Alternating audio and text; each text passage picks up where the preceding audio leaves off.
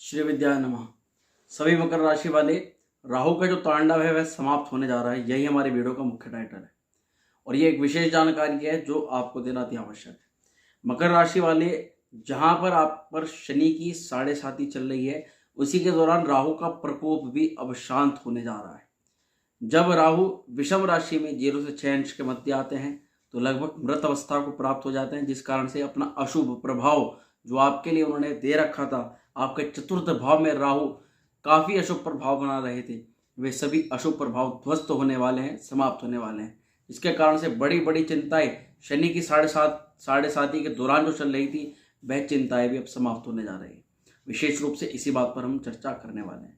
नमस्कार दोस्तों, मैं वैदिक ज्योतिष एवं कर्मकांड आचार्य पंडित शिवम शर्मा आप सभी का अभिनंदन और स्वागत करता हूँ आज के इस कार्यक्रम में।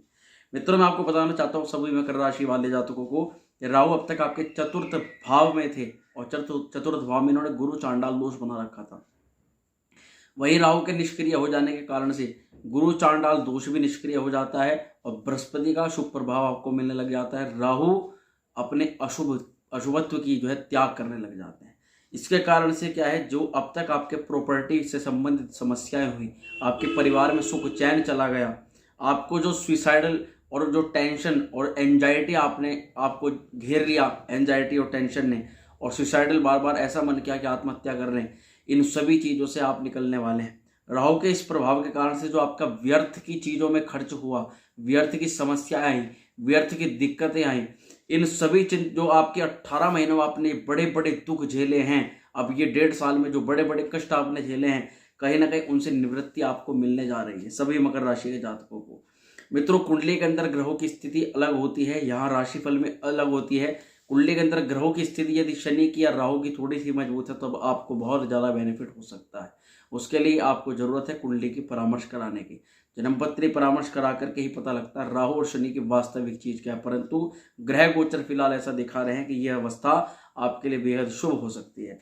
मित्रों, राहु का चतुर्थ भाव पर जो प्रभाव था, चतुर्थ भाव में आपके अष्टम भाव पे आपके करियर के घर में जो करियर को चौपट कर दिया था, और आपके 12वें घर में यानी कि जो खर्च इन्होंने धनाधन बना दिए थे, अब सभी चीज़ों में लाभ मिलता हुआ नजर आ रहा है। सबसे पहली चीज़ तो यह है कि मन में जो नेगेटिविटी थी, जो हलचल थी, जो क्रोध का, जो काम का, जो एक हटपन पैदा हो रखा था, जिसके कारण से बड़ी बड़ी समस्याओं ने आपको घेरा, अब उन सभी चीज़ों में आपको शांति मिलती हुई नजर आ रही है। दूसरा यह है कि अहंकार से जीना और किसी की बात ना मानना, अपने मन मुताबिक कार्य करना और ये सोच के चलना, यानी एक भ्रम की स्थिति अपने सामने जो पैदा कर ली थी आपने, उस भ्रम की स्थिति से अब निकलने वाले हैं आप। इसके अलावा ही आप ये बात समझेंगे कि कार्य करना ही मेरे लिए सर्वोत्तम है। शॉर्टकट मारने से कुछ भी हासिल नहीं होने वाला है। शॉर्टकट के लिए भी दिमाग की आवश्यकता है और दिमाग के लिए पहले धन अपने पास होना चाहिए, तभी वह दिमाग कार्य करता है। ये चीज़ आप समझ करके अब कार्य करने लग जाएंगे। इसके साथ ही सबसे तालमेल आपके बेहतर होने लग जाएंगे। इस दौरान आपके जो पिता से संबंध खराब हुए, आपके मित्रों से संबंध खराब हुए, आपके सगे संबंधियों में, अपने व्यापारिक दृष्टिकोण में, अपने व्यापार में जो संबंध, अपने नौकरी में जो अधिकारी संबंध खराब कर लिए, वे संबंध और वह तालमेल जो है बेहतर होने प्रारंभ हो जाएंगे। इसके साथ ही अकड़ क्रोध की भावना और अहंकार की भावना से जो नुकसान आपने करा है, अपने दम पर ही करूँगा, खुद ही करूँगा, किसी की सहायता नहीं लूँगा, किसी से मदद नहीं मांगूंगा, ये जो चीज़ें हैं, किसी से बातचीत नहीं करूँगा, यह सब ऐसे ही हैं, ऐसी भावना रख कर के जो अब तक आपने जो नुकसान किया, उससे वास्तविक चीज़ें अब आप आना शुरू कर देंगे।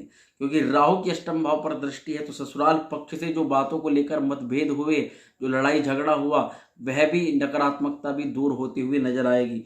इसके अलावा ही गलत रिश्तों में जो पहुंचे और उसके कारण से जो आर्थिक और शारीरिक नुकसान आपको हुआ है, उसकी भरपाई भी आपको देखने के लिए मिलेगी। घर से दूर चले गए हैं अहंकार के कारण से, विपरीत परिस्थितियों के कारण से, और बाहर रह कर के बहुत सारी कठिनाइयां उत्पन्न हो गई हैं, उस परिस्थिति से भी बाहर निकलेंगे और आप घर वापसी के योग बन रहे हैं। इस समय अवधि में माता पिता से पक्ष नहीं था, माता पिता बिल्कुल विपक्ष में आ गए थे, आपकी बात नहीं मान रहे थे, आपका सहयोग नहीं कर रहे थे, अब हर स्थिति में आपका सहयोग करेंगे, आपके पक्ष में आना प्रारंभ कर देंगे।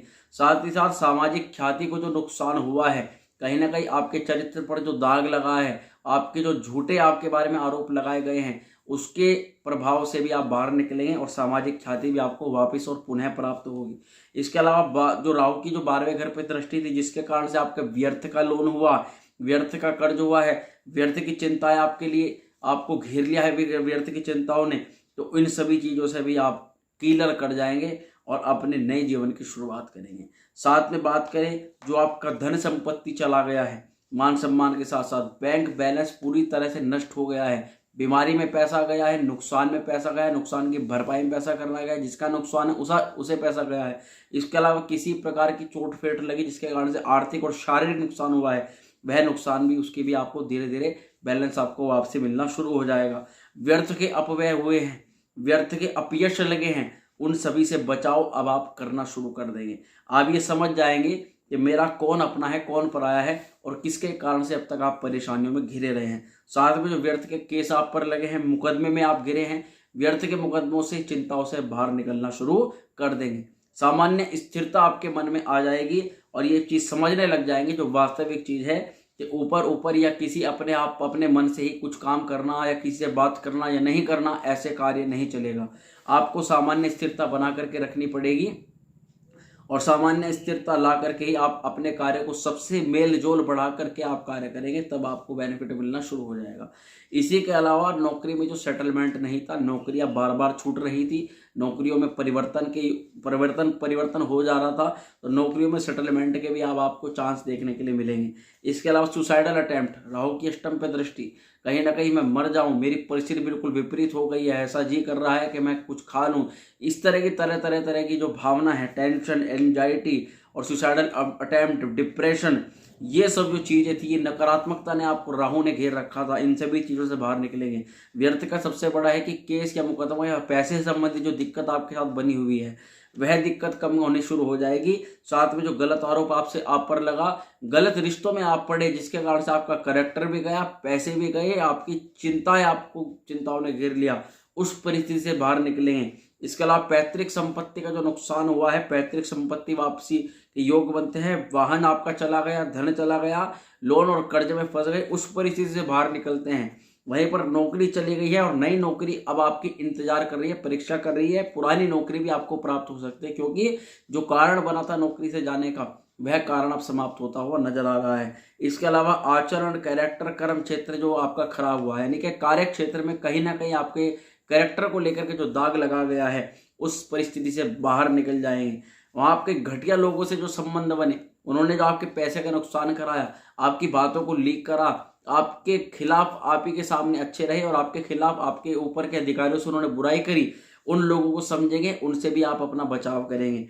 साथ ही वास्तविक जीवन में जीना प्रारंभ कर देंगे। अब विवाह के जो योग नहीं बन रहे थे इन जातकों के, विवाह के योग प्रबल हो जाते हैं इस समय अवधि में। फिर भी इस पूरी अवधि को और बेहतर और अच्छा बनाने के लिए आपको क्या उपाय करना चाहिए? आपको प्रत्येक दिन ओम श्रीम श्रीम मंत्र का जाप करना चाहिए 108 बार। इसके अलावा आपको समझना चाहिए कि शत्रु प्रभावी है और शत्रु से बचने के लिए जिसकी सहायता लेनी आवश्यकता हो, आवश्यक ले लीजिए। हो सके तो शत्रु को मित्र बना लीजिए कुछ समय अवधि के लिए, यही सबसे बढ़िया आपका उपाय रहेगा। इसके अलावा ओम नमो भगवते वासुदेवाय नमः मंत्र का जाप करें, नरसिंह भगवान की आराधना करना प्रारंभ कर दें।